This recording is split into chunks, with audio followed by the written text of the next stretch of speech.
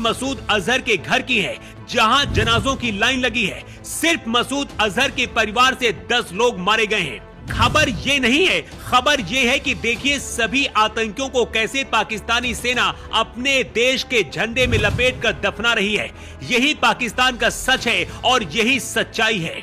मसूद अजहर ने रोते हुए बयान दिया है कि मेरा पूरा परिवार खत्म हो। कर्नल सोफिया कुरैशी का। सोफिया कुरैशी वो शेरनी है जिन्होंने पाकिस्तान के अंदर घुसकर 9 ठिकानों को तबाह करने में बहुत बड़ी भूमिका निभाई।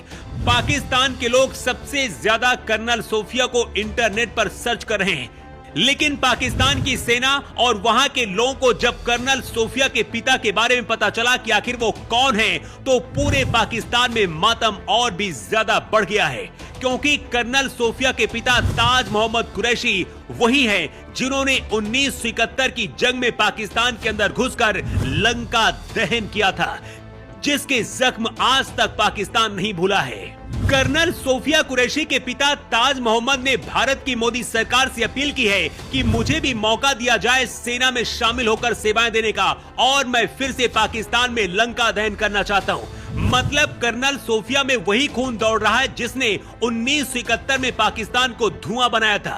कर्नल सोफिया कुरैशी के पिता ने कहा कि अब पाकिस्तान दुनिया में रहने लायक नहीं बचा है और उसे पूरी तरह से खत्म कर देना चाहिए। भारत के अंदर पत्थर फेंकने वाले मुसलमानों को आज सोफिया और उनके पिता की देशभक्ति को देखना चाहिए, क्योंकि भारत जैसा देश शायद दुनिया में कहीं नहीं मिलेगा। भारतीय सेना के स्ट्राइक के 24 घंटे के अंदर ही पाकिस्तान के लाहौर में एक और स्ट्राइक हो गई है। पाकिस्तान के लाहौर एयरपोर्ट को बंद किया गया है। लाहौर के गोपाल नगर और नजीराबाद इलाके में वॉल्टन एयरपोर्ट के पास ऐसे धमाके 3 हुए, जिसके बाद से पाकिस्तान कांप रहा है। खबर है कि भारत के साथ तनाव के बीच पाकिस्तान के अंदर बलूच आर्मी अपने आप को आजाद कराने में लग गई है और बलूच आर्मी ने पाकिस्तानी सेना पर अटैक किया है।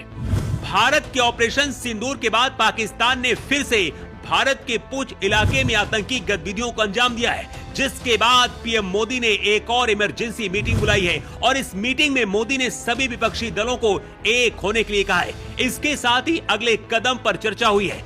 दावा किया जा रहा है कि अगले 12 घंटे के अंदर एक और एयर स्ट्राइक पाकिस्तान के अंदर भारतीय सेना करेगी।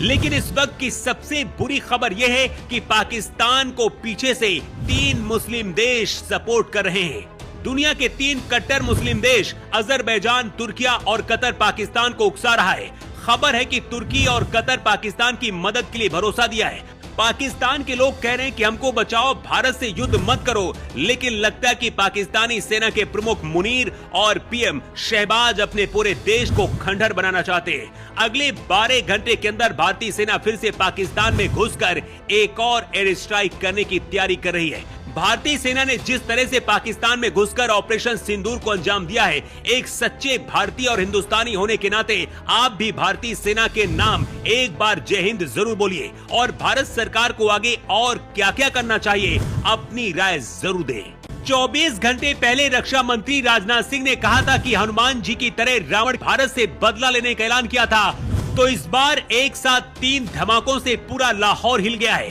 लाहौर की तस्वीरें आपको दिखाएंगे, लेकिन उससे पहले आपको ये तस्वीरें देखनी चाहिए। तस्वीरें आतंकी मसूद अजहर के घर की है, जहां जनाजों की लाइन लगी है। सिर्फ मसूद अजहर के परिवार से 10 लोग मारे गए हैं। खबर ये नहीं है, खबर ये है कि देखिए सभी आतंकियों को कैसे पाकिस्तानी सेना अपने देश के झंडे में लपेट कर दफना रही है। यही पाकिस्तान का सच है और यही सच्चाई है।